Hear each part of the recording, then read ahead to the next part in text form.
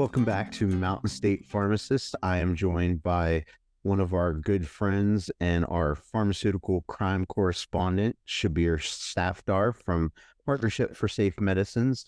And if you remember a couple episodes ago, we spoke with him about the Aminov case, and he's back to give us an update on that and then maybe talk about some other cool pharmaceutical crimes that are coming into his radar that you might want to hear about. So, Shabbir, Aminov case, give us a real quick synopsis of what we talked about in the last episode.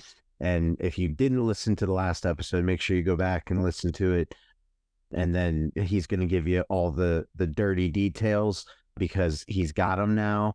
And we're going to post pictures and case filings and all kinds of cool stuff in the liner notes for the episode, so you can go and follow along as he's talking about them. So, Shabbir, take it away. Well, thanks for having me back. My favorite job of all the hats I wear is the West Virginia Pharmacist Pharmaceutical Crime Correspondent. I think that's I'm going to have to get special business cards made because I love that title so much. For the quick summary, for those who weren't paying attention or forgot about the last episode, this is a ring in the Bronx involving 3 pharmacies, allegedly. And one of the ringleaders just pled guilty and got, I think, 8 years in prison. And what he pled guilty to was buying medicine back from patients, selling it to pharmacies after it had already been dispensed, right? So that's a crime. And then working with those pharmacies to structure them paying him back for the medicine he sold them through like 17 different shell companies, which is money laundering. Now, he didn't plead guilty to money laundering, but it was one of the charges that was there in the beginning. And what's really interesting about this case is that based upon all the information we've gotten so far from his guilty plea and the sentencing recommendation memo, we now know like how profitable these rings are and how they operate. And it was actually stunning to me that these pharmacies made so much money, because they were in on it, unfortunately, in selling these diverted medications, that they were able to pay patients a $150 bounty to fill their prescriptions with them. Now, every pharmacist listening to this knows that there is not $150 of slack profit in anything you dispense. So the idea that you're going to make so much money on something that you can afford to pay a patient $150 to as a kickback, which is illegal, to fill their prescription at your pharmacy is crazy. That's wild. Have you ever heard, I mean, you've never even gotten a dispensing fee that's probably over $20 at this point, I'm guessing. I can't imagine there's anybody out there that gets a $150 dispensing fee. Yeah, like we have, one of the examples that they were selling in this case was Biktarvy. So they would buy Biktarvy back from a patient, often a Medicaid patient, and then they would sell it to a pharmacy. And, you know, I actually studied the issue with Biktarvy in community pharmacies this year because I was concerned because, you know, PBMs reimburse pharmacies for Biktarvy sometimes $38 less than cost. And it's not like they're getting a $38 dispensing fee for it. So pharmacies were losing money dispensing HIV medicine to HIV patients, which is the actual opposite of what we want in a healthcare system, right? It's if you want to see non-compliance, make it unprofitable to actually get people the money to keep them untransmittable and undetectable. For sure. We actually found out from looking at all the receipts and all the evidence from this case what they were paying. So the fixer was buying a bottle of Biktarvy, single use, 30 tablets, 1 month, one patient, for $400. Right now, if you're a patient, an indigent patient, you probably didn't pay much of anything for your medicine, and so you made $400. And they were then selling that $400 bottle that they bought to the pharmacy for $875. So the fixers, the buyback criminals, were making about $500 a bottle, which is a lot of money. You absolutely understand why it is that they were doing this. But then the pharmacy would buy it for $875 and turn around and dispense it and then charge the insurance company or the state $3,600, right? They dispensed it and then made the reimbursement claim as if it, you know, had been bought for near that amount of money. And the pharmacies were making about $2,800 per bottle on on Biktarvy alone by reselling previously dispensed diverted medicine. Wow. It is a fortune. Is there any medicine you've ever heard of a pharmacy dispensing where you make like nearly $3,000 per dispense? Not that I'm familiar with, not that I've seen recently. We're lucky if we're, making money, let alone having that kind of profit margin. I guess I have to ask, what causes people to participate in these types of rings? There's different motivations, obviously, from the patient versus the pharmacist and the pharmacies that are in this ring. But ultimately, what's the driving force behind participating in a ring like this? Well, from the patient point of view, I'm really troubled, right? Because it means that unless you've found some way to get access to fill a prescription twice, you're doing without your HIV medication.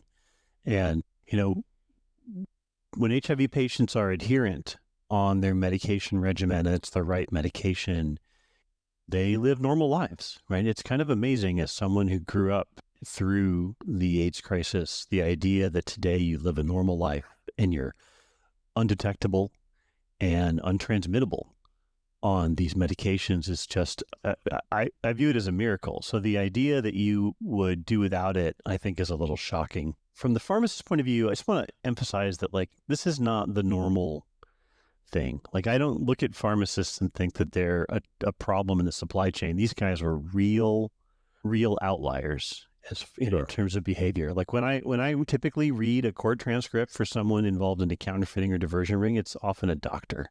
It's not a pharmacist. Pharmacists are pretty law abiding when it comes to this sort of crime. I just think these, the people involved in this case were probably just, they got a little greedy, right? They were just under a lot of pressure, or maybe they just really wanted a lot more out of life than pharmacy was going to give them, and they went bad. But they're definitely outlier cases, but that's what I think their motivation was. And I kind of have a feeling about this because one of them bought a $250,000 Mercedes-Benz with her money from this case and some waterfront property. And there's a picture of her draped across the hood of this car in the indictment.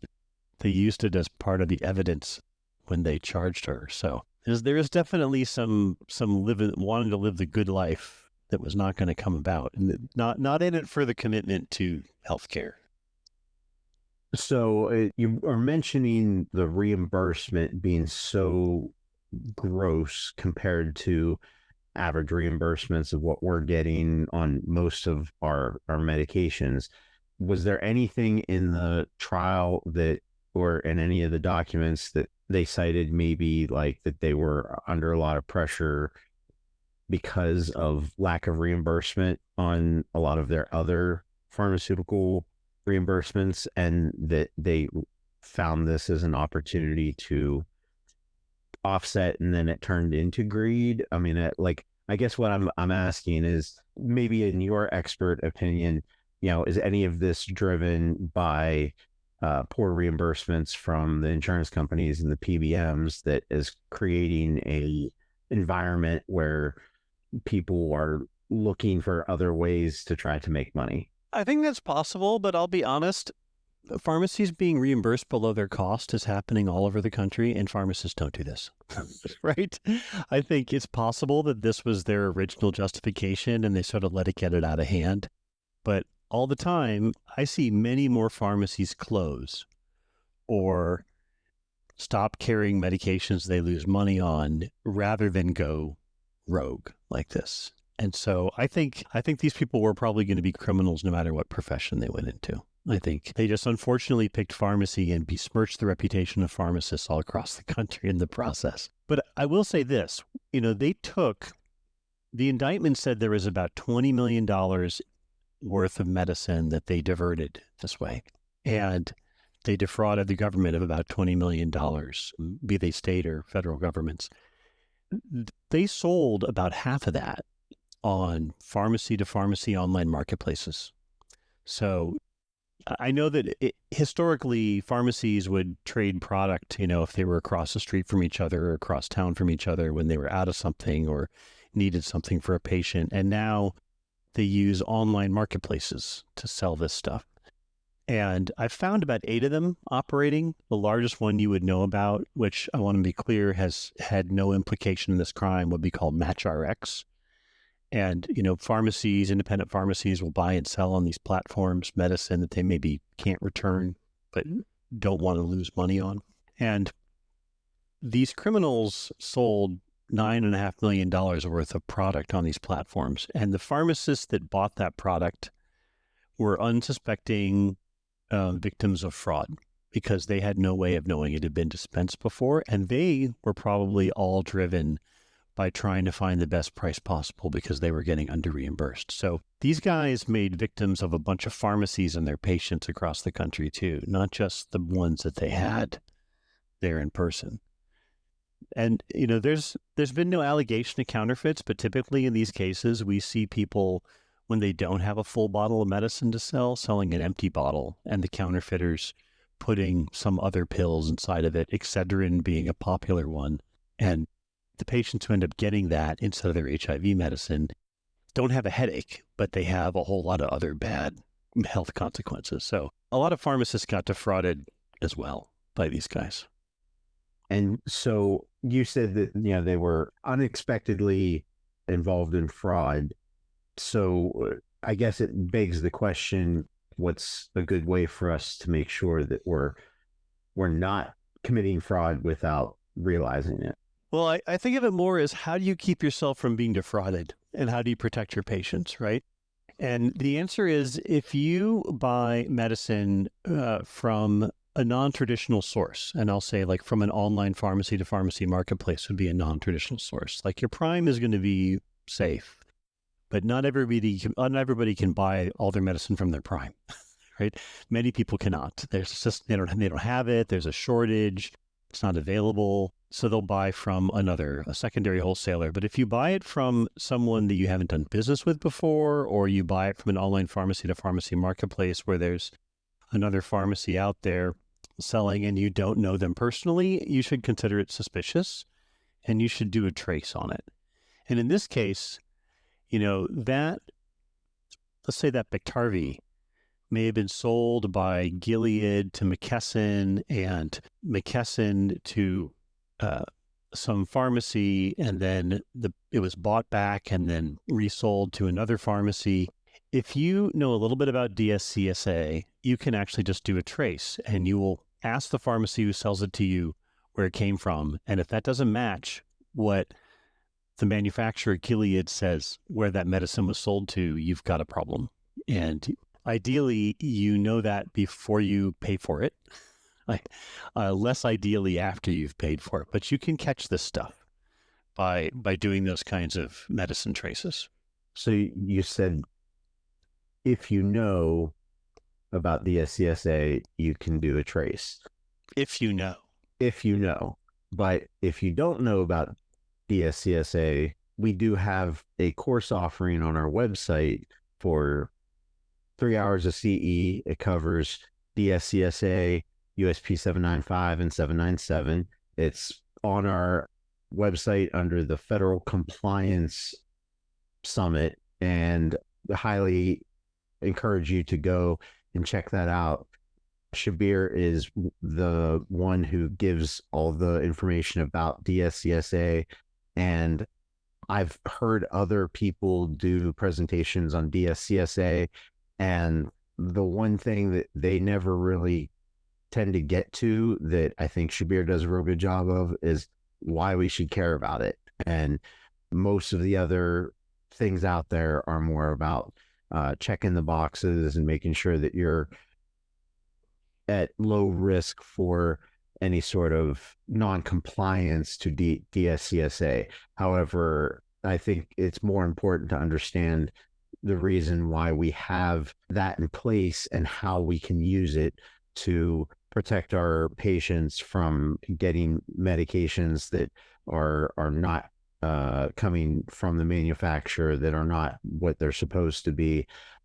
And so I highly encourage people, if you've not already gotten up to speed with the SCSA, to make sure that you go and check out our course on our website. But I will tell you that every time I sit down and talk with Shabbir, I always am fascinated by the information that he provides, and the information in that is just as good. So, wrapping up the Aminov case, you mentioned that the one pharmacist got 8 years. So the fixer, he's not a pharmacist. The guy who ran the buyback ring, complete like with a whole townhouse in Brooklyn, which was his cleanup factory where they would pull prescribing labels off of bottles, try and fix them up to look like new. Didn't always do a great job. He got 8 years.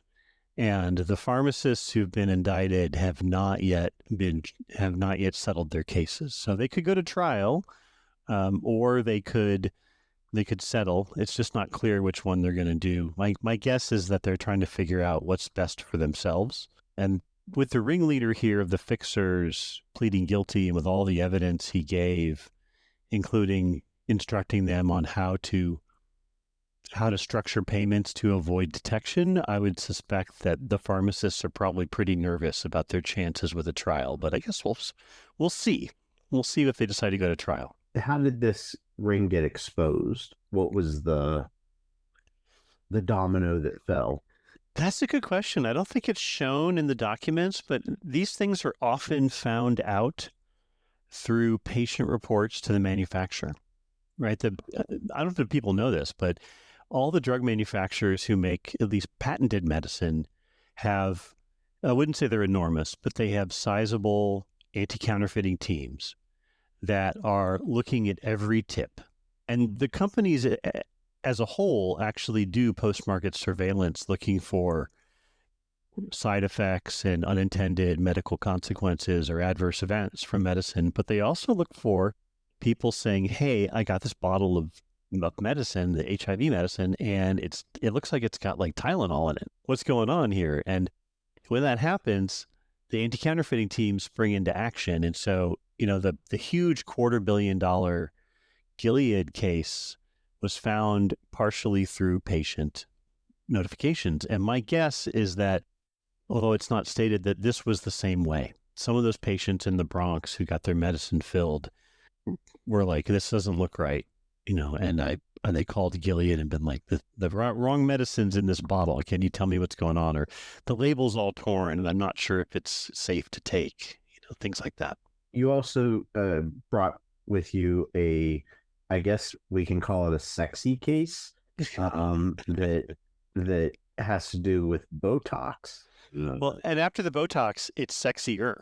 Exactly. So the CDC and the FDA have been investigating counterfeit Botox that has made it into the U.S. And as with many counterfeits, not through the hands of pharmacists. As far as I can tell, there's no pharmacists that touch the stuff. This is people who are non-traditional and possibly untrained injectors who are injecting Botox into people. And they've been buying it from unlicensed sources, typically overseas. The boxes, which you can see on our website, on our special counterfeit Botox page, have like Chinese writing on them. And there's like a dosing of 150 units that these bottles come in. That is not sold by the company in that size. It's sort of like if you know that oxycodone doesn't come in a wholesale bottle bigger than 250 tablets, and someone tries to sell you 1,000 count bottle. It's fake. It's fake you can't even put it in your computer inventory, right? It's so fake. So a number of people were hurt, actually, and they had symptoms of botulism poisoning. And so they found it in 9 states. So whoever was selling it into the U.S. managed to find buyers in 9 different states, or in people that covered 9 states, and they were injecting it into patients. And there's 2 dangers here. One of which is that you don't get, if it is like the right toxin, that you don't get the right dosage and you get overdosed with it, which is obviously dangerous. It is a toxin. It's literally designed in certain quantities to be deadly. And the other, which we see a lot, is the worry that it's not sterile. We've seen counterfeit Avastin that was made that just had saline in it. And the saline by itself, apart from killing you by not addressing your cancer, is not in and of itself harmful overtly. It's harmful through neglect, right? By neglecting your disease. But in one case, we actually saw it was made under non-sterile conditions, and so mold grew in it. And this patient was on an infusion machine and was getting mold infused into her bloodstream, and she had this horrible reaction. And that is a different form of danger, right? There was one case just in the last few months where these criminals in India who were selling online and sold to Americans were making a injectable cancer medication, and they were making it with tap water in a kitchen in an Indian high-rise apartment, a luxury apartment. And I just keep thinking of the one time when I went to Pakistan, which is right next to India and used to be a part of India until like the 1940s. And I remember just how sick I got drinking the water. Like, I avoided water for most of my 3-week trip. And then near the end, I got some, and I had an intestinal bug and was on Cipro. And I just remember how ill I was, and the idea that all of those bacteria get injected into you because they didn't use sterile water in the making of their fake cancer drug is just terrifying. So that's the other fear about these counterfeits, is that you're injecting some weird bacteria into your body that not even the counterfeiters know is there, right? Because they're not doing any kind of high quality testing of their counterfeits. They're making them as cheaply as possible because it makes the most money. So the FDA's done a 9-state investigation. I think they think that it's limited to that. They haven't given us an update that it's expanded anymore. And I think it's really interesting because they used the DSCSA to help find it. Like, the criminals all made a bunch of boxes with the same serial number on it. And they were able to figure out that through the tracing of the track and trace system, that the medicine that they would find every time they would find medicine they might suspect was okay, because they were able to trace the provenance, the purchase history of it. So you never saw like a big recall of Botox off the market, which might be hard on people with like TMJ and other dental related issues that require Botox as treatment. And so it's a real sign that the FDA was right when they were like, Congress, please give us a traceability system with serial numbers, because we need to be able to do this kind of work. It used to be that when you do a recall, you'd actually pull like thousands of units of good medicine off the market just because the counterfeiters made it with the same lot and expiration as a lot of good medicine. But you don't have to do that anymore. And I think that's kind of cool. But that investigation seems to be in its quiet phase. I kind of think they probably know most of the facts, and they're just trying to lock down everything they need to make the arrests that they're going to make. So we'll see something about that soon. But that seems to have come to a quiet end at this moment until we get an indictment out of it. I know that I follow you on social media, and it's probably been a little while now, but I also remember seeing something and audibly laughing out loud at one of your posts, which said, I don't feel like I should have to say this, but you probably shouldn't put something in your body that you bought off of Etsy. And you had a picture of a vial that was being sold on Etsy of Semaglutide. So talk us through what you've been seeing in the world of the injectables for weight loss and for diabetes, that obviously with it being in high demand and in short supply, I think that that's probably a growing area of counterfeiting.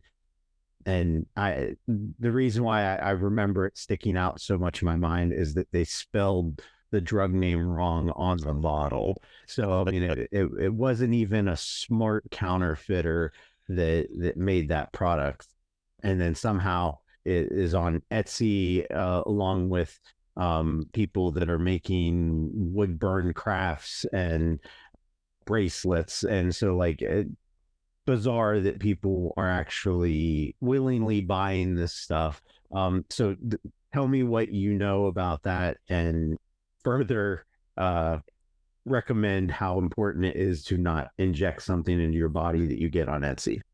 Well, I mean, this has been a problem for a while. What we did a report on Etsy, and what we found was that people were selling things like semaglutide, and they were labeling it for research purposes only. And it was kind of getting by the Etsy trust and safety team for a while. I think they've probably gotten a little bit better about it. They probably got a lot of calls from people who make GLP-1 weight loss injectables, and they got more aggressive. But you still find a lot of chemicals, which, I mean, technically, like that knit yarn hat, are homemade in someone's home lab. But you shouldn't be selling pharmaceutical ingredients or pharmaceuticals on Etsy like that. It's actually against terms of service of Etsy. They just need to enforce their own terms. But they turn the other way because it's for research purposes only. I think in general, we've seen two problems with the injectable weight loss drugs. The first of which is people who are taking insulin pens and peeling off the label and putting on like an Ozempic label. And if you have a diabetic in your life and you know a little bit about it, injecting yourself with an uncontrolled amount of insulin is a surefire way to get yourself to the hospital. And we're seeing those pens sold all over the world, including in the US. Actually, poisoning centers are reporting remarkable spikes in people having like hypoglycemic blood sugar crash from using these products and not realizing that they're relabeled insulin pens. And humans buy them off social media. Humans sell them on social media. And so, yeah, when I went into this job, I don't know, a decade plus ago, I never thought I'd have to give the advice, as you say, don't inject yourself with something on you bought on social media. But people do it. And so I have to say it, which still shocks me to this day that is not something that's obvious. I told my 18-year-old, he's in his first year of college, I was like, do I have to say this to you? Because he knows what I do. And he's like, well, you don't have to say that to me, but it is really dumb that you have to say that to me. I just can't believe it. And the other one we're seeing is, because when a medicine is in shortage, certain medicines are allowed to be compounded. That's an FDA rule.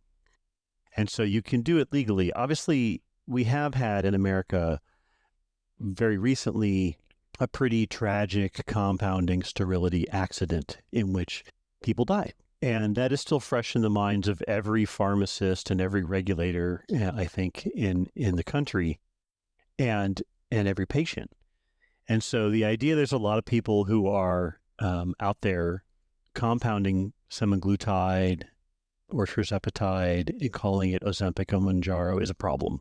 And it's especially problematic because they often say, we have Ozempic for you, and then what you get is the compounded version, not actually associated with Novo Nordisk or Lilly or anybody else. I think that's a problem. Apart from the fact that I don't actually know how well regulated compounding pharmacy is. Like I said, we just had an incident in the last few years where people died from non-sterile compounding. And so I think that's really a concern, that a lot of people have seen nothing but the money in injectable weight loss drugs and have gone into compounding them. There have been some impurities compounded and some counterfeits and some people who've done it wrong, and there's some people who've done it right. And like any profession, there's good and bad apples. The question is there a regulatory system in place to protect us from the bad apples in the compounding world, some of whom I don't think are even compounding pharmacies. They're just guys with a lot of beakers in their basement. And I think we got to worry about that. And it's going to be with us for a long time because these drugs are really popular. I know, as a guy who tries to not eat so much and work out a lot, I see the attraction, but they are really popular. And I don't see, I know the companies probably are trying to ramp up production, but we're going to have this problem with us for a while. Yeah, I just read a headline today where Eli Lilly is pouring billions into ramping up production to try to get out in front of the demand of it. So it certainly, I think that, this is an issue that we're going to be faced with for a while until the supply and demand are closer to level.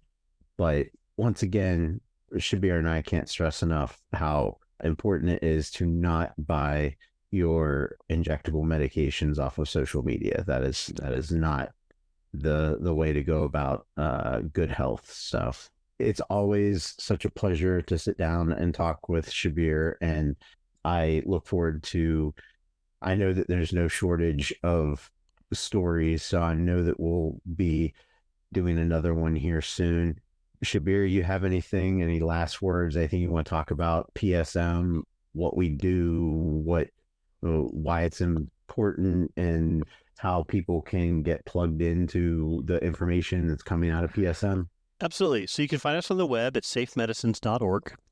And we're there, but we're also on every social media platform. We do videos probably about once a week on TikTok and YouTube, Instagram, Facebook, Threads, and LinkedIn. So whichever one of those you go to on a regular basis, go search for Partnership for Safe Medicines and follow us, and you'll get a steady stream of crime told hopefully the most entertaining way possible in your feed. And you can also sign up for our email list once a week. It's only once a week, and it's always some stories about crime and policy. You know, our biggest core group of supporters is pharmacy associations. So we're super excited about our partnership with pharmacies and just love covering it. Also, they're my favorite part of the supply chain because they're the least crime ridden. I have to say, like, you've got to be one of the hippest dudes I know, because that list of social media, I don't even think there's 13-year-olds out there that have the kind of social media game that you do. So kudos to you and your team and the work that you guys do. And like I said, it's always such a pleasure to sit down and talk with you. I look forward to our next time talking about things that are hopefully getting better in the supply chain. And I know that you'll come at us with an interesting story to keep us engaged. It's like Law and Order Special Crimes Unit for pharmacists. So thank you again, and we'll look forward to our next episode with you in the near future. Thanks, Matt. See you soon.